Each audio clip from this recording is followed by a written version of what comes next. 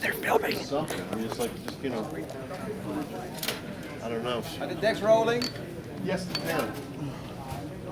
The decks are rolling, but they look nuclear. M-1, one of the most prestigious names in mixed martial arts, looks to continue that tradition.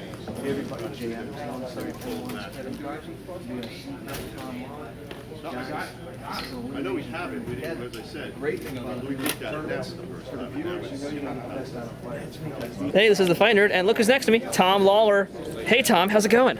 Good. I wish I would have done my hair now that I can see myself in the camera. Oh, yes. I don't know what's going on, but I'm very happy about it. Right here. Sorry. I'm out of the way. Obviously, they don't know who I am in Russia, nor in America. So. Go figure. Well, either way, we just did an awesome interview, and if you want to see it, you of course can check out thefightnerd.com in a week from now, probably. And this is a very tight close with Tom. Let me step back. Boom, there he is. I don't know what I'm supposed to do right now, but yeah, just look pretty. You're doing that fine. Very chic. Wow. Oh my God. Whoa. That's all right. really good. That's good. It's fan approved. All right, Tom. Thank you. Have fun commentating tonight. Thank you. And you can see now the doors have opened, and there are 2 people in the audience. That's it so far. 2.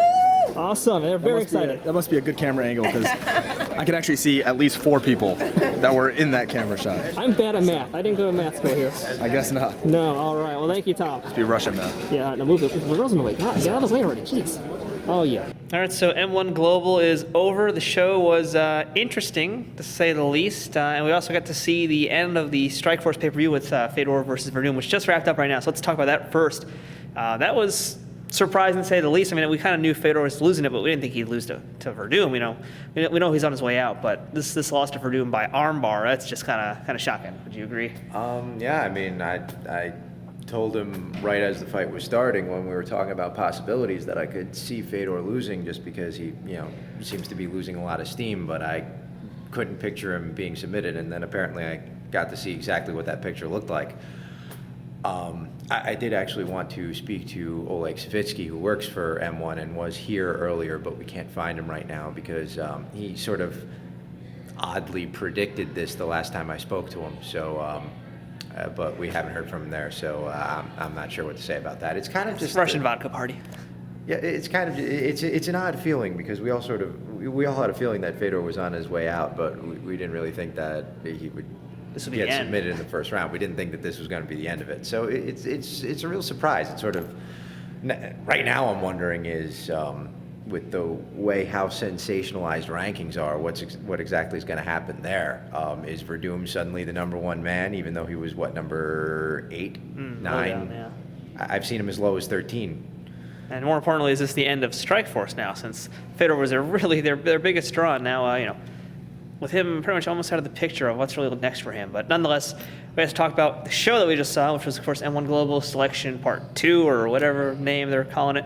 And the show was, like I said, interesting. There was a lot of weird endings. There was some stoppages. There was disqualifications. There was a no contest tonight, which it always sucks seeing a no contest. Pete, you were keeping track of results. I was ringside shooting photos. So, Pete, give us your takes since you were actually paying attention to the fight a little bit more than I was. I like the large number of the fights. I feel there were a lot of really quick endings due to some mismatches that happens when you have a tournament with people. We should preface that quick endings towards the end of the night. The beginning of the night, let's also say the show started about 30 minutes later than it was supposed to, and within I'd say about an hour and a half, we only actually had 3 fights. So that was a little slow because there were some issues. But once that ended, the next 9 fights, for the most part, were much, much quicker paced, thankfully. Well, though that was a clerical thing. If you actually look at the round times, only one of the first couple of fights came even close to getting to a decision. So the finishes themselves were very quick. There was a series of clerical problems that prevented the night from moving along. But the fights themselves, there were a couple of mismatches that ended in some quick endings. Some of it was really cool to watch. There were a couple of things that were surprisingly cool. We got to see some odd technique. The no contest that he's referring to is one of the reasons why I don't like the European rules so much. That is, they use a ring. Guy simply went through the ropes, hit his head on the harder part of the edge of the ring, and they had to stop the fight. It's technically an accidental injury rather than a kind of illegal blow, so it's ruled a no contest. And this was actually a problem the entire night with people falling out of the ring. So that fight was Joshua Key. He was it Shane Prim? No, sorry, no. that's It wrong was with Joshua this. Key versus the other Josh. The other Josh. This is why I keep notes. He doesn't let me have this open at the time. There were two Joshes fighting. Josh, B-A-C-C. I could spell his name. Bacalao, thank you. That's right. I remember that now. Yeah, so he fell out of the ring. There were a few other guys falling out of the ring tonight. That's just a problem with the ring ropes, and that's just how M1 promotes their shows. And that's why, really here in New Jersey, especially most of these shows, well, actually, I'd say all the shows now are in cages. So that was a problem. Otherwise, though, there were some other stoppages due to cuts, referee stoppages, doctor stoppages, but there were some good, clean submissions. There was some good fights. Fight of the night for me was the Galicchio main event, if you want to call it the main event. Galicchio versus the Regulator. That was some very technical groundwork you got to see there. Very close fight too. Yeah, a lot of people would have some trouble appreciating it after how much just crazy action going on beforehand to have sort of a very paced out, drawn out kind of match like that. But it was very technical. It's something that if you like to watch groundwork, it was a cool one to see. Especially, it was sort of refreshing groundwork because it was just one of those times where the fights prior set the tone for the fights later. Everyone sees all these standing knockouts, they want more, and there were just a lot of slugfests. That's also the level of the fighters too. Well, to be fair, again, some of it there was one match fighting as I was talking about when the fight was going on in almost a modified Philly defense, which is something that's very difficult to pull off. Very odd to see in MMA. It's even difficult to pull off in the boxing rules that it was meant for.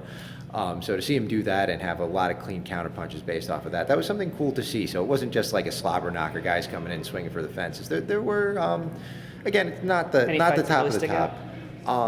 Fights that really stick out. The one you mentioned that was an accidental verbal submission ending. That's right. That was interesting. Which the guy ended up getting messed around the head a little bit, let's say, or he got a cut. He wasn't sure if he felt like to continue or not, so I think Dan asked him if he was going to continue, if he was okay. It wasn't that. What happened was he paused and he said, I don't know if it was directed at Dan or if he just said it to himself. He said, I can't see. When you say that out loud, you're pretty much screwing yourself right there. Yeah, when you say it out loud, Dan actually grabbed him, separated the fight, even though they weren't engaged at the time. There were actually, they had broken off from an exchange, and the guy said, he grabbed it, looked like he was saying to myself, I can't see. And as soon as Dan Mergliata, who was the ref there, as soon as he heard that, legally he has to stop the fight because that counts as a verbal submission. So he grabbed him, and he actually, if you're close enough, you can hear him explain, if you say I can't see, I have to stop the fight, it's over. So, and that was a really good fight going in. You got to see a lot of great counter punching. A lot of the fights, they were actually pretty good. They weren't really, I guess my final verdict, if you will, on the show was that I wouldn't buy this on DVD. But I'd definitely give M1 another chance. I'd go to their shows. If you're in New Jersey or in the tri-state area, definitely come check out the next M1 Global show. It was a very cool overall event. It just, there were no particular showstoppers. And that's always weird to sell when you're looking at a fight post-mortem. If you're looking at an event post-mortem, you see a whole bunch of fights that are all reasonably good, but no one stands out as truly fantastic. But I'd say it's overall a good night, more than I was expecting, honestly, because these are a lot of newer guys. And those yells you hear in the background are fighters. They're actually headed towards the locker area, which is over there. That's where the noises are coming from. So yeah, now we're going to try and get some M1 swag. So we'll be right back. All right, so we didn't get any M1 swag. The doors to the office were closed. So yeah, no free stuff. I got a few shirts earlier, but yeah, nothing else substantial. So now we are slowly circling our way out of the parking lot to try and find a good light source to film this. So yeah, this will be the final update, methinks, for the M1 Global vlog, or vlog, whatever you want to call it. So yeah, say goodbye to the parking lot here at Bally's. Bye, parking lot. Again, more very riveting footage. So yeah, this is the Fight Nerd with Pete Lampasona from Matt Combat Sports. He's over there. That's him. I'm picking his nose. No, I can't get it. Okay. Yeah, so thanks for watching. We'll see you real soon. This video is sponsored by Skin Industries, dominating fashion for the past 11 years with hundreds of designs for men, women, and children. Skin Industries is your everyday lifestyle clothing brand. Start living in skin today and check out skinindustries.com.